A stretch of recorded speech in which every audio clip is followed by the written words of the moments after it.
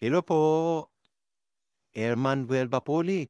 Ang number one cause ng hemorrhagic stroke ay uncontrolled na high blood pressure. Ano po ba yung ibig sabihin pag sinabi natin hemorrhagic stroke? Ito po yung meron pumutok na ugat sa loob ng ating utak. Yung dugo kakalat siya sa loob ng brain natin, i-compress niya yung utak natin kaya tumataas yung pressure doon sa loob ng utak natin. Kaya napaparalyze yung kalahating part ng katawan, hindi na makapagsalita, na bubulol, tutulog-tulog at worst case scenario, pwede comatose. Paano nga ba tayo makakaiwas sa hemorrhagic stroke? Ang pinaka-importante para makaiwas po tayo ay i-maintain ang ating normal na blood pressure. Kung meron po kayong high blood, siguraduhin pong iinumin lahat ng maintenance ng gamot. Kapag nag-normal po ang ating blood pressure habang nagme-maintenance, wag po nating ihinto ang gamot ng walang pahintulot ng doktor. Nag-normal po ang ating blood pressure dahil lang po sa mga ininom nating gamot. Kapag tinigil po natin, mag-shoot up na naman po ang inyong BP. Kung nasa overweight side po tayo o obese, kailangan po natin magbawas ng timbang. Umiwas po tayo sa mga mantika, matataba at maalat na pagkain dahil yan po mga pagkain na yan ay nakakapagpatas ng iyong blood pressure. Kung tayo po ay naninigarilyo o madalas uminom ng alak,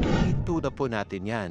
Dahil ang paninigarilyo at pag-inom ng alak ay sobrang nakakataas ng blood pressure. Kahit sabihin mo pang nag-maintenance ka, sana po meron kayo natutunan sa video natin ngayon.